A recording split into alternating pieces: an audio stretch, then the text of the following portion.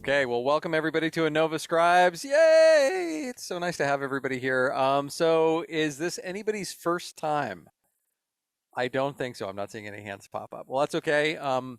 So Nova Scribes, we are a free and open forum for visual practitioners. If you have a workshop that you'd like to share, if there's something that's going on for you, if you have something that you're passionate about, please bring it to Nova Scribes. Let's get it out there and out into the community. A couple things to make you aware of tonight. We are doing our fourth in the series of live interviews. This is a chance to practice your graphic recording.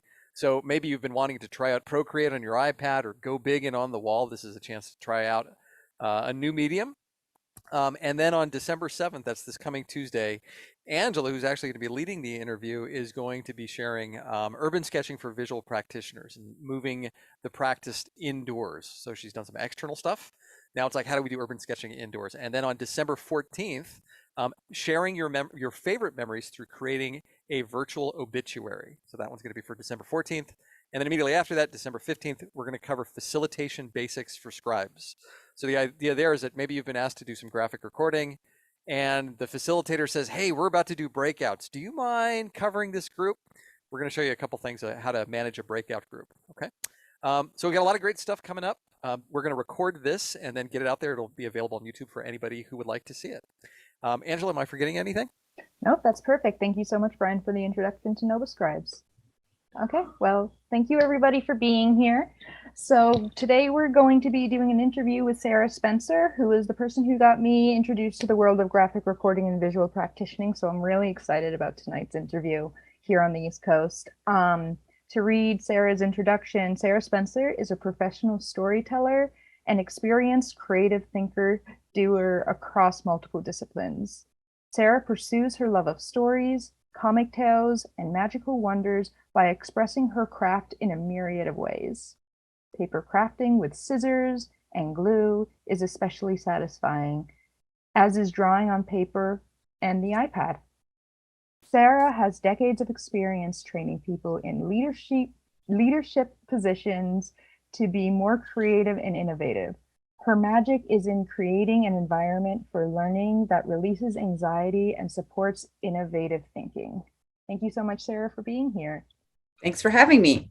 Yeah, so I'm very excited about today's talk, which is going to be on, it's going to be about unlocking the knowledge in our hands. I'm really excited about this.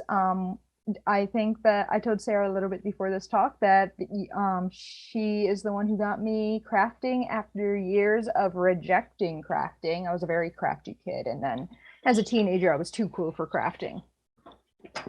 So I'm excited to be talking about the crafting and kind of what that means and what knowledge of the hand means.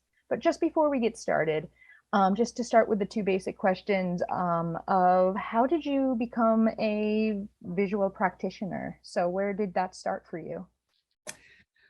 Well, I think I've always been visual. I was an artist growing up. My dad taught me to draw. I think I was about 3 when he got me to draw perspective. So I've always really enjoyed drawing. And then about 10 years ago, I started carrying a notebook with me just to sketch note. And I didn't know it was called sketchnoting at the time. I would just draw what I was hearing. And I especially did that during music festivals. So I love a music festival. So I'm always wanting to do something to a music festival too. So I'm always just drawing like the bands, some of the songs, some of the people. There's some really interesting characters at music festivals. So I started doing that. And then I got into graphic recording when I was hired for a job to do a graphic recording. It's funny, neither me nor my client knew what it was. He said, there's this I've got this big piece of paper. Will you draw on it all day, ask questions? And I said, sure, that sounds cool. And so I was telling a friend of mine who is a facilitator about a new friend. I was telling about it, and she goes, "Oh yeah, that's called graphic recording. You should look it up." And I was like, "Really?" So that's when I discovered that this was an industry, and actually I could make it a living. It's really amazing. Wonderful. So you mentioned that you've always been visual. What has attracted you to visuals?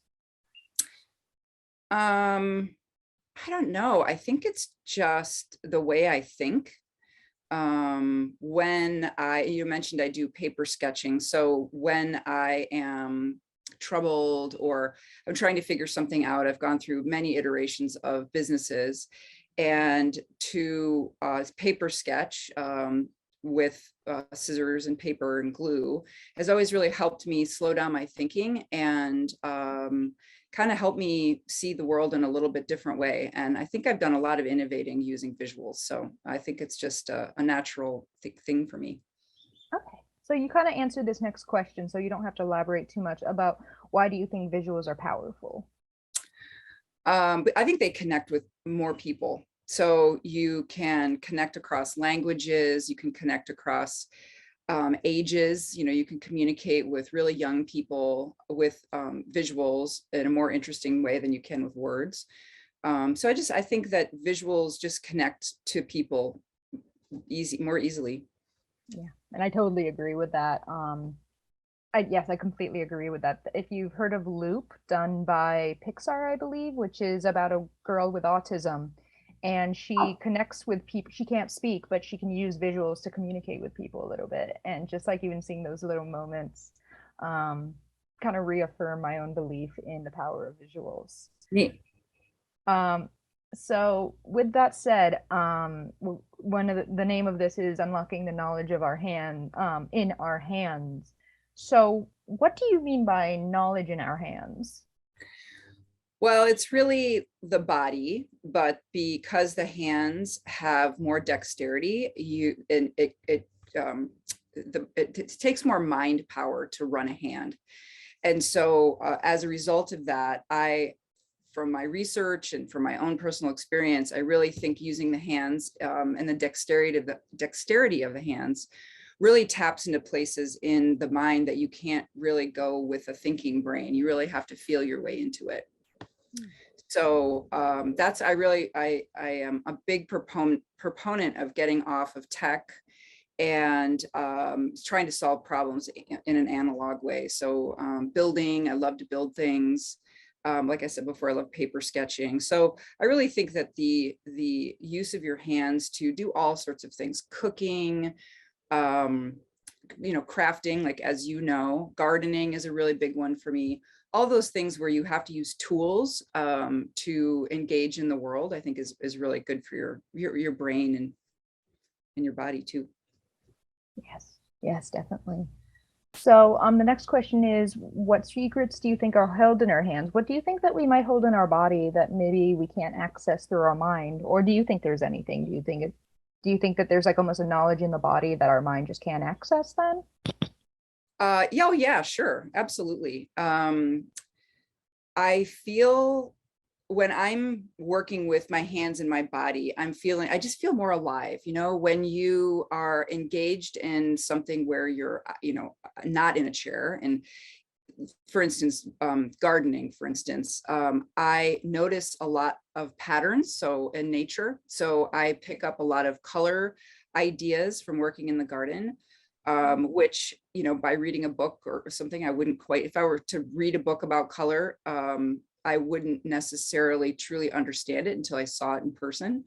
And then also and in this industry, in the visual industry, color is a big thing for us. So it's also understanding colors in different lights as well. So I think that when we're using our hands to do something, that knowledge is passing not only through our eyes into our brains, but through our hands as well. And you kind of think about the how we have like automatic movements, right? So you can dial a phone, like back in the day when you could dial a phone and you wouldn't even really need to, or typing the same way, like you really don't need to think about where your hands are going because they've kind of memorized that. And I also believe that the hands have sort of an age to them. So people that tell me they don't draw or they can't draw a stick figure or something, I ask them when was the last time they really tried to draw, and they're like, oh, well, not since I was a kid. And I really believe that when you practice with your hands, you're giving your hands knowledge. So that's practicing perspective and taking life drawing classes is a great thing. It's like when you take a life drawing class, you're really trying to understand form, not only but looking at it, but then also feeling it through the motions in your hands. And so I really think that like the more that you practice, the more you practice with your hands and drawing or anything, cutting, I love cutting paper. The more precise you can get is just increasing the knowledge in your hands. Yes. Yes, I agree. Some of the points that you said that really connected to me was, so for example, is kind of the memory that your hands can make. The word I also wrote down for it was lived experience. By doing things like, I would agree with that when I'm typing. So I used to write stories. I got a creative writing minor, all that. And when I did, I mean, one reason I would actually like typing a little bit better is because for me it was just easier and I didn't like get stuck on the words quite as much. And for me, that was just very, very good. But at the same time, there's people like Neil Gaiman, who is in my opinion, one of the best writers of our time. And he writes all his first drafts are written by hand. And then by typing them and such, he's able to kind of edit them, but he needs that tactile experience with his stories before he can really start shaping it into something. Yeah. And he might do that. It'd be interesting to know more about his process. And he might do that because that's the speed of his thought. So maybe he writes first because he thinks at that speed better, and which is to say slow down, which is why I like to work with paper and scissors too, is it really like slows down my thinking. Yes. Yeah. And I would agree.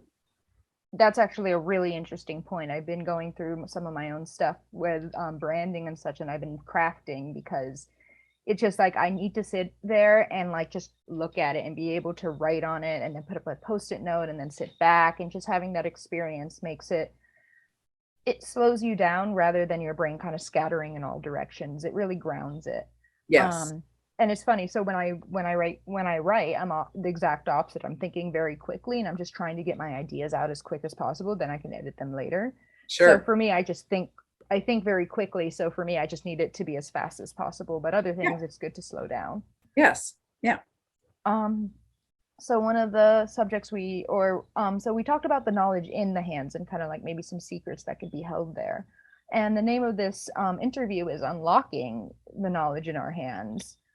So for somebody, let's say somebody like me 2 weeks ago, who kind of has been rejecting crafting for years, and I work mostly digitally, all this stuff. How would you what do you think is like an access point for people to start unlocking that knowledge? Well, going to an art store or Michael's or something is really inspirational. I would say the thing to do is or what I suggest people to do is to just play with tools. So go to the art store.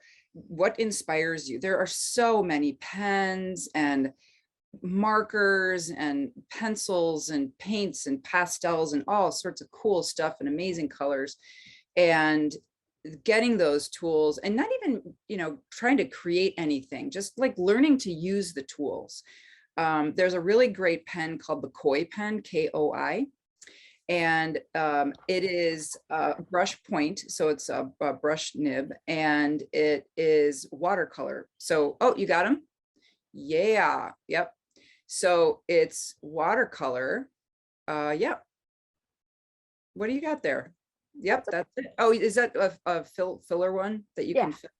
Yeah. Okay, cool. Yes, the other ones that are black. So they've got a lot of colors. And I found that those are kind of fun because watercolor is such a cool medium to play in. So there's another one, they're called Pelican opaque watercolors, and they've got a double tray, a single and a double tray.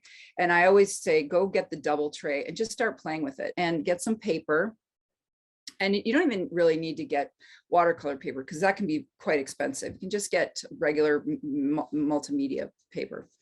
And just get the colors really juicy, and just start like swiping them over the paper and seeing how they mix together. Like fuchsia and dark blue are so beautiful when they mix together. And the thing that's nice about that too is I will create a number of just like washes of color, and then I'll let them dry and I'll put them away. And then when I'm crafting and I want a little splash of color, or I want a background or something, then I can pull those out and start layering them on. But I'd say that the thing to do is to really go get curious about the tools, and find a tool that's like fun for you to play with. Like find a great pen or a fun marker, or you know, some really colorful watercolors. Yeah, I mean, so for my recommendation, I've actually been falling in love with Sharpies and all their different colors. But for me, my big craft thing, or my big pen of choice right now, is Posca. Yeah, Poscas are great. Yeah, they're for everybody who doesn't know, they are acrylic paint pens. So for example, if you don't want to go out and buy yourself a few tubes of paint and, you know, have that mess around, this is a really kind of easy middle ground between painting and drawing, where you can layer and have these really beautiful bright colors. They're really good for sketch noting as well. They're quick drying. I highly recommend these as a way. And these are a good idea of crafting, where kind of that idea of knowledge is being able to just like, almost for me, it's painting on the go. For me, painting is, I guess, is a type of crafting for me. Sure, absolutely. Because I also find that, like when you mentioned life drawing classes, you're taking 3D objects and turning them into 2D. And for me, I find that translation to never go as planned. Yeah, never does. And that is a good thing. Yeah. Pelican opaque watercolors. So I put the koi pen and the Pelican opaque watercolors in the chat. So if you want to take a note of those are great. And then why don't you type yours in, your Paca ones in there too, so we have a record of it. Yeah, definitely. Yeah, those are great.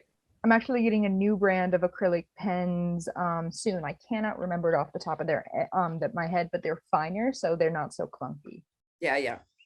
Well, so if you are anywhere near a Michael's is a great, does everybody have a Michael's around them? So Michael's is a really great place to go look for tools as well, because you can find in Michael's, there's sort of a broader range of tools than there are, say, at an art store. The art store is like very deep, like you'll like 100 different kinds of markers, but in Michael's, you won't have as many markers, but then you'll have all kinds of other stuff. And one of the things that Michael's has that I really like are the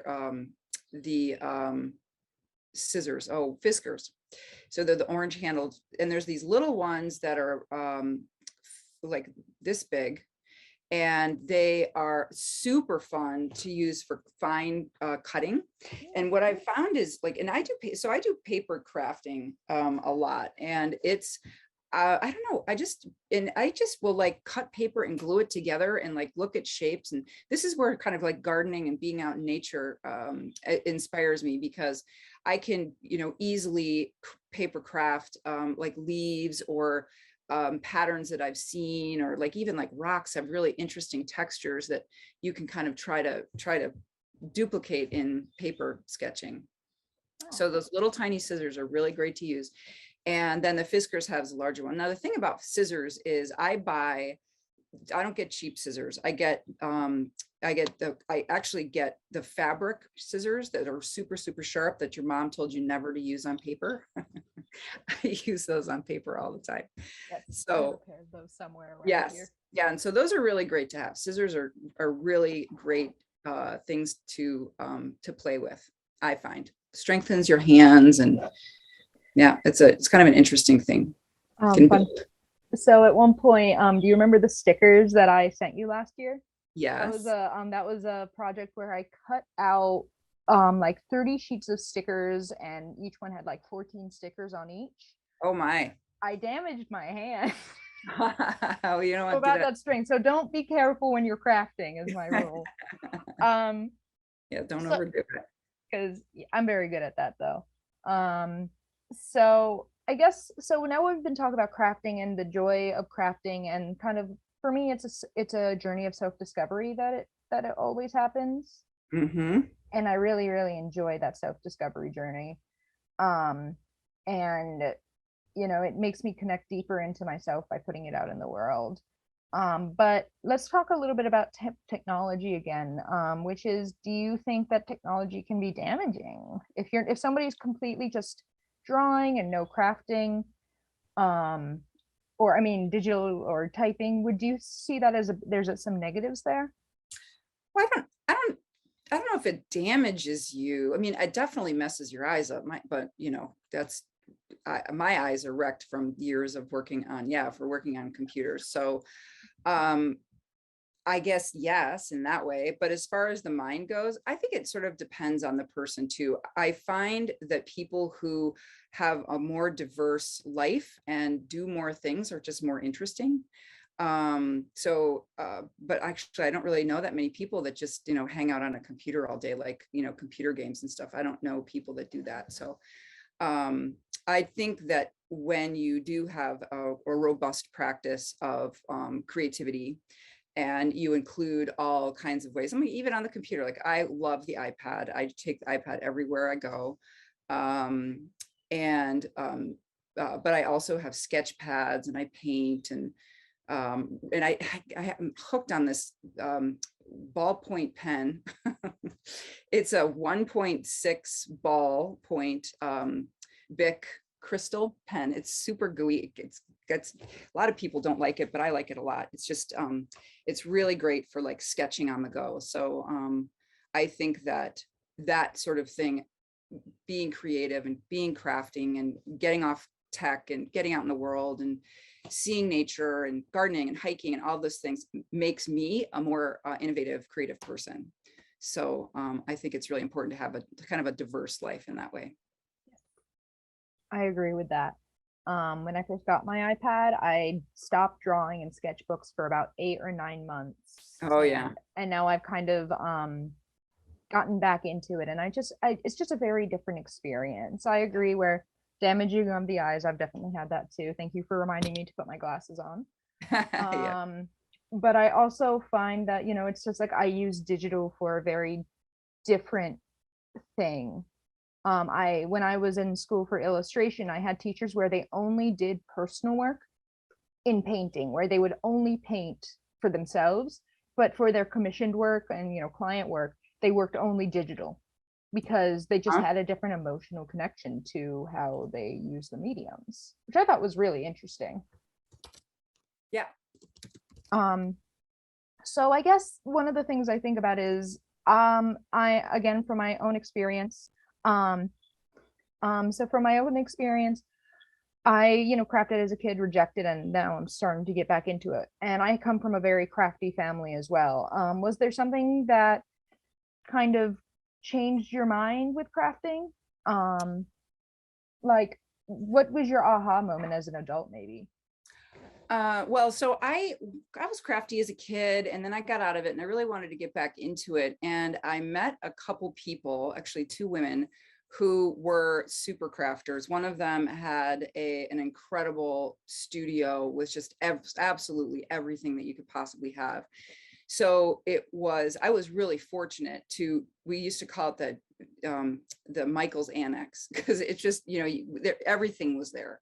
And so it's really inspiring to have a lot of things on hand. And so for me, the crafting for me really got really lit up as a result of these friendships that I had and crafting together. And so we would get together and do crafting weekends. We would go rent a house up in the mountains and take all of our stuff. And it was really the way I got into it. And I've kind of scaled back a little. I used to do a lot of like Christmas crafts and stuff like that, but now my house is full up. Yeah, that's the problem with crafting, is you get a lot of stuff. And that's one reason why I did reject it, because I see my mom with literally a lifetime's worth of crafting materials. And I'm like, I'm not going to do that. Yeah. So before we continue, I still have a few questions to ask, but I just wanted to ask if Henry or Philip, if you have any questions that you've thought of as you've heard all of this. No, I would just say I appreciate the thoughts. I'm teaching a class at the university right now on um, uh, planning for change, introducing technology, and I'm teaching them to create visual implementation plans. Nice. And I never thought of what you said before about that it slows us down, but that's right. It forces them to think, well, what is the next step? And what does it look like for them to take that next step? So that was a great insight. Thanks for that. Yes. Well, and I think also, Phil, that slowing down and then also working off of the computer will just activate other places in the brain too. So you can get more creative and innovative by introducing so that's really interesting. So what is this plan that they're doing? Is it just drawn out on a piece of paper? Yeah, I have a technique I use called a game plan. It looks like a Monopoly board. Oh, nice. And so they put all of their technology intervention tools along the side and the things about people and motivation along the side and the tasks that have to be done. And then they draw, just your typical stream in the middle. You start here, you end here. And Nice. what are the stages that you have to bring these things in? So, but it forces them to work on, get off the computer instead of just typing an outline. Yes. Yeah. Yeah, that's fascinating. Oh, very good. Yeah, that's really, really cool. Oh man. Do you have any other questions, or I'm happy to keep answering if you have any more. No? Okay. Just wanted to ask. So what, I guess I think you kind of already answered this, so we can skip this, but it's like the value of the tactile experience, because a lot of it sounds like we talked about crafting, but it goes beyond crafting. It also goes into, you said gardening. And I believe you love to hike, right? And ski and such. And would you agree that that's all part of that same idea of like knowledge of your hands? Like, does it all fall into it? Yeah, it's in it, and that's sort of the knowledge of the body, kind of using your body to express yourself and to learn things. That's what I really like about engaging in nature and like hiking and skiing, where I'm pushing myself through an environment that is unfamiliar or used to be unfamiliar. Like if I'm on a hike or a hill or something that I've been on before, but that engagement in nature, or that engagement with crafting or something, really creates a nowness, if I can say that. So that gets you in a space of flow where you don't think about the past, you don't think about the future, you think about what you're doing right in the moment. And that's when the flow is created. And that's really when you have a lot of fun, honestly, is when that flow is created. And you just can't really get flow on a computer. You really only get flow when you're engaging your body and your mind at the same time. Oh, that's a really cool idea. Have you seen the Disney movie Soul by chance? Oh, yes. Yes, and they talk about well, anyways, is that the idea, for anybody who doesn't know, so there's a scene in it where people get into the zone. And if I when you said that, it made me think of that scene, because I realized, like, when you see these people literally transcending and going out of their bodies, everything they were doing was tactile. If you look at the photos, playing basketball, music, swimming. Yeah. And I mean, there might have been a writer in there typing, but they probably would have put them on an old typewriter just because it's Disney.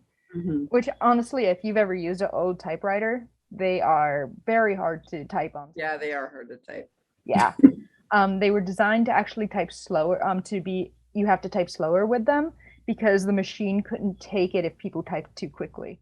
Oh, yeah. Yeah. I don't know how anybody writes on those things anymore. Muscles. Great. Very, very strong fingers. So we have about 2 questions left, and we can really just like pull them out. And one of them is the actually, one of them is more about me again, about the crafting and getting other people crafting. Have you had this experience before, like with me, where I'm like, oh shoot, this crafting is actually helping? And I'm a bit skeptical. There was one time, like, as a skeptic, as a person, where it's like, I don't need a craft. Like, I'm a little bit of I get very haggard in my personality sometimes. And so Have you had that experience with other people where you've seen it like put on light for them? Oh yeah, absolutely. Well, and all of my workshops that I do with my clients are crafting. I make them draw and cut paper. There's a client that I've worked with now for 3 years, and there's one man, there's 40 leaders. It's a leadership team, and there's 42 leaders. And this one guy, he's older. He's probably like 65, kind of grumpy. And I kind of took him on almost like a project. I'm just like, okay, I'm going to get you to draw. And he just rejected it and rejected it and rejected it. But I made him do it because this was like, this is what we're doing now. We're drawing. And so now he draws, and he'll draw. He said to me the last time I saw him, he's like, yeah, I'll just draw sketching, doodling or whatever. And he was, I never thought I would break through, but I got through to him. But most people do, though. I think everyone that I've encountered on some level really likes to draw. I mean, it kind of like brings you back to your childhood, and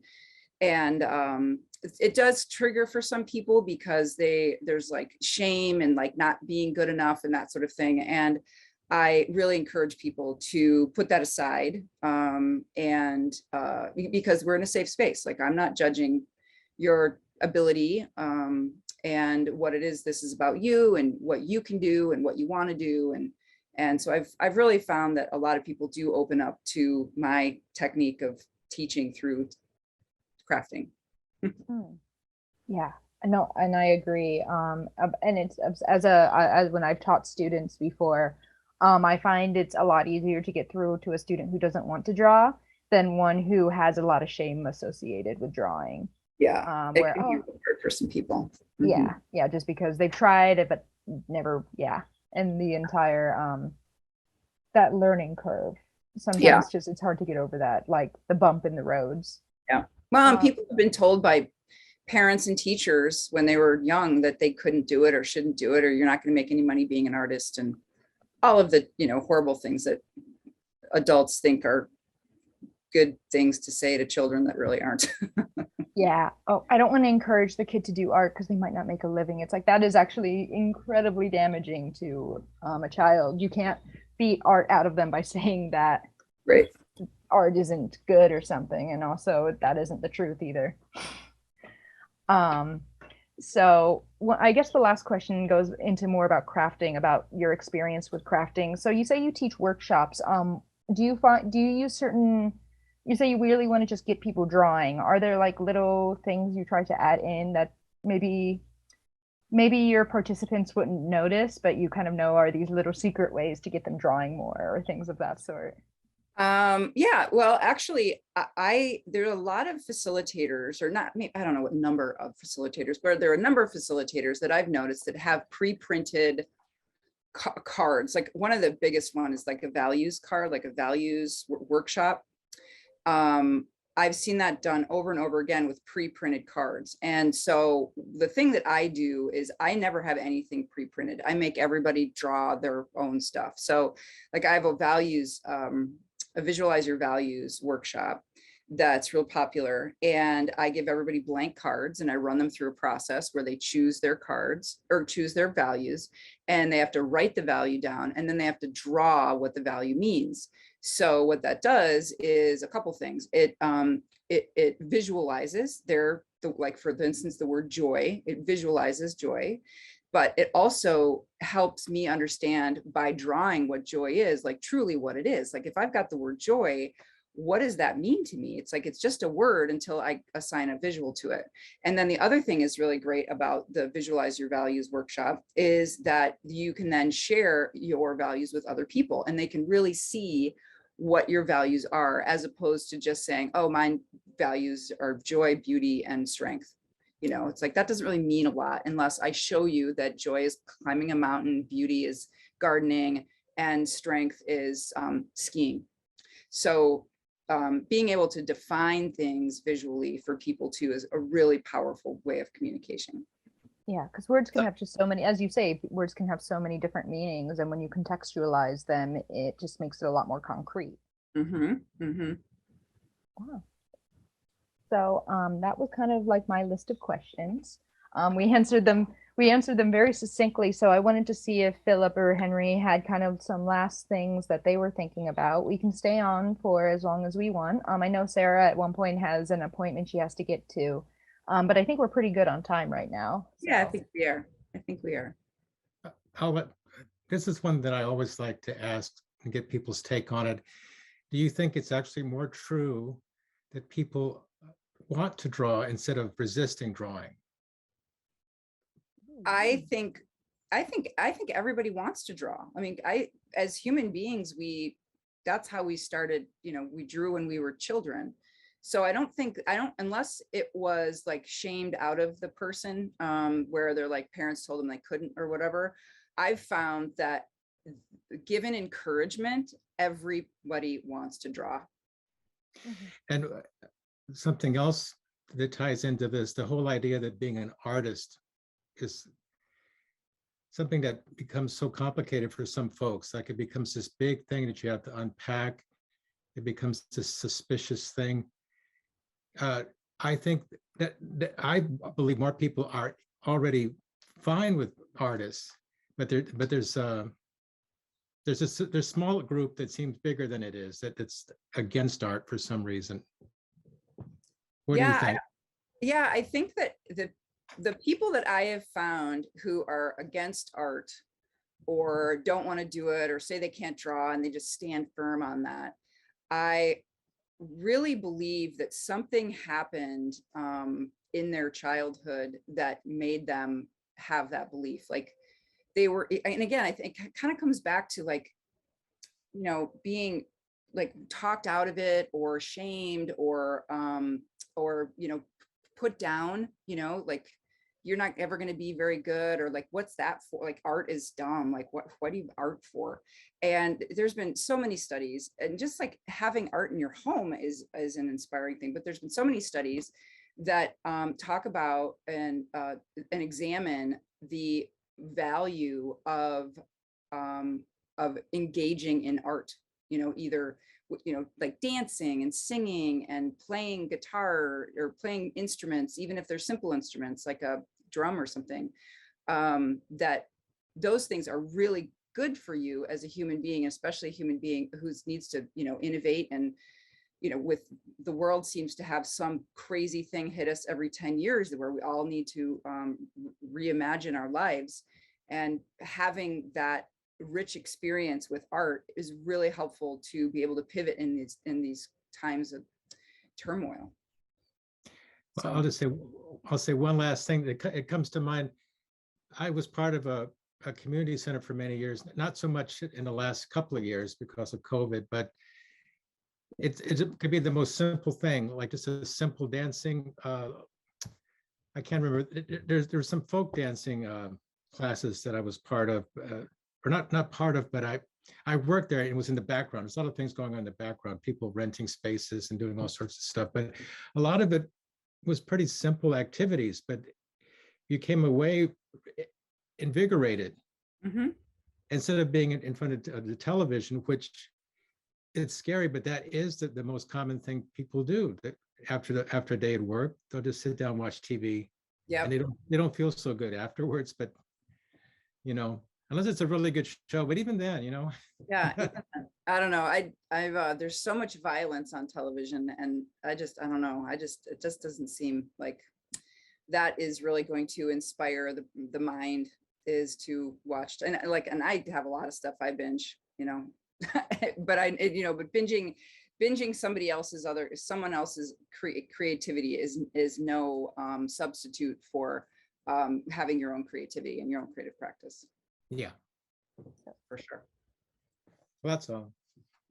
So, Yeah. Oh, Phil, you wanted to talk. I was just going to say, I find this really hard with the students, because I try to get the students to be creative, they say, well, how do you want us to design this? And I say, well, here's what we want in it. How would you do it? And they're like, well, tell us where you want this, you know? And I put in a chat a couple of drawings that come from that. And but it's really hard to get them to feel I'm in a university structure, that it's okay, even though this is not an art class, this is a communication studies class, I want you to be creative with how you represent your implementation plan for this client. And they're just like, we want you to tell us how to do it or what to Yeah. do. I mean, yeah.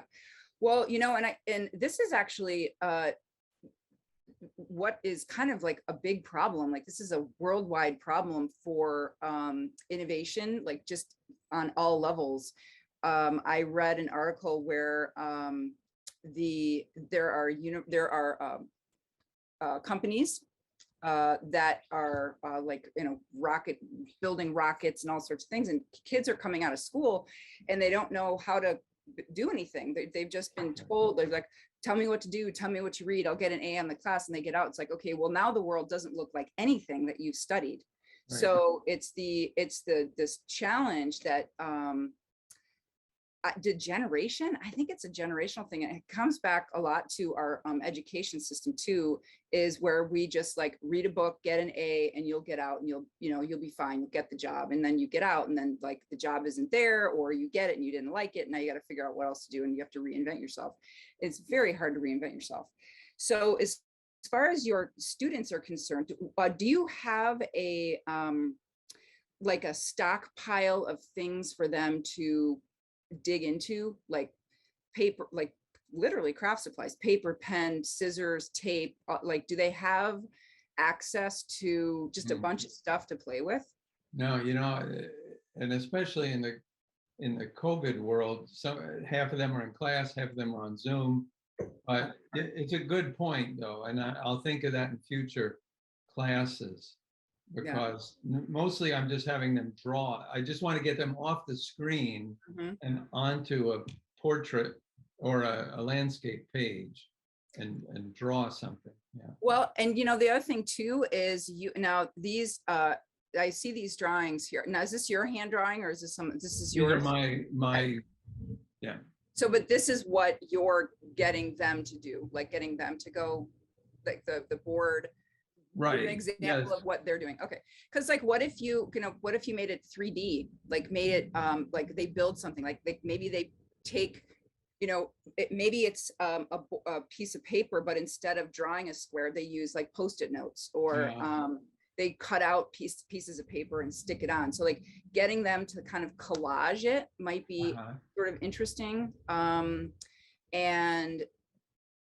you could give them a list of like supplies, like, okay, you're going to need, colored paper and a stack of cardstock and a pair of scissors, and, like all classes like have supplies lists all the time. So you could just make it all like wacky, they could have like puff balls and pipe cleaners and sequins and things like that. And I bet you some of your students will just go all out. Because when given the permission, and that's what I really find, it's kind of a weird word to use, but it's really true. It's like giving someone permission to do something differently, or go and, it's like, here's all this stuff, like here's a list, like go buy it because you have to, and then construct this in a 3-dimensional way. And it doesn't need to be like, 3-dimensional. It could just be like a collage, 3-dimensional. Right.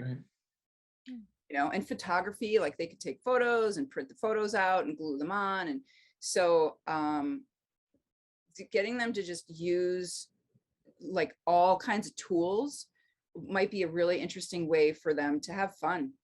Great idea. And what you said a little bit, Phil, about, or Sarah, about, the education system where it's just getting more and more streamlined. So it just becomes, it's just a tube. You have to go in one end and come out the other.